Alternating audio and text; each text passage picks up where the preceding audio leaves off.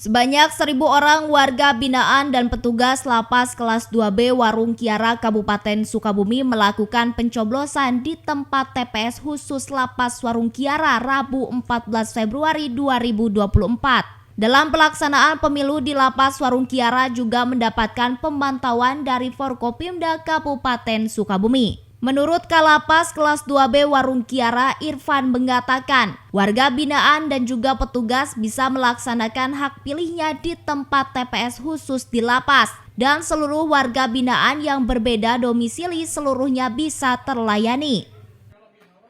Proses pemilihan umum pada hari ini berjalan lancar dan tertib.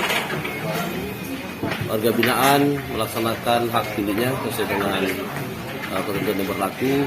Ada yang 4 surat suara yang berdomisili di Dapil 1 Kabupaten Sukabumi. Kemudian ada yang 4 surat suara yang warga Sukabumi. Kemudian ada yang 3, ada yang 2, ada yang 1. Alhamdulillah pemilih yang sudah terdaftar 1.008 orang warga binaan ditambah tugas dan keluarganya. Nanti akan kami sampaikan kembali terkait dengan hasil dari penghitungan suara. Sementara itu, adapun pencoblosan hak pilih pada pemilu 2024 di Lapas Warung Kiara Kabupaten Sukabumi dilaksanakan sama pada umumnya dengan di luar lapas seperti adanya surat undangan dan juga registrasi pemilih di TPS.